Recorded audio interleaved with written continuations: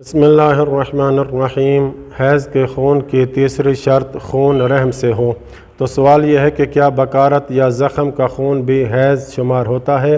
تو جواب میں آیت اللہ سیستانی فرماتے ہیں جو خون رحم سے نہ ہو، مثلا بکارت یا شرم گاہ کے اندر زخم کا خون حیض کا حکم نہیں رکھتا۔ اسی طرح وہ عورتیں جنہوں نے اپنا رحم نکلوا دیا ہو اور ان کا رحم ہی نہ ہو، اگر کوئی خون دیکھیں تو وہ حیض نہیں ہو سکتا۔ اسی طرح اگر خون رحم سے آئے لیکن کسی زخم کے نتیجے میں ہو، جیسے رحم کے اندر رسولی کو کاٹ کر نکالا گیا ہو اور اس کا خون آئے، تو وہ بھی حیض کا خون شمار نہیں ہوگا بلکہ زخم کے خون کا حکم رکھتا ہے۔ حیض کے خون کی چوتھی شرط یہ ہے کہ خون رحم سے باہر آئے۔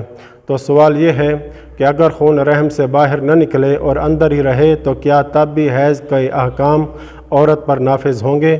تو جواب میں فرماتے ہیں وہ خون جو رحم میں ہو اور باہر نہ نکلے حیض شمار نہیں ہوگا۔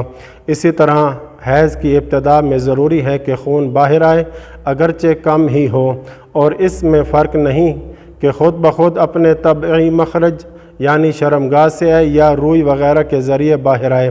لیکن اگر اصلاً خون باہر ہی نہ آئے اور صرف شرمگاہ کے اندر ہو تو اس پر حیض کا حکم جاری نہیں ہوتا، لیکن خون کے پہلے قطرے کے خارج ہونے کے بعد حیض کا خون شمار ہونے کے لیے خون کا باہر آنا شرط نہیں ہے۔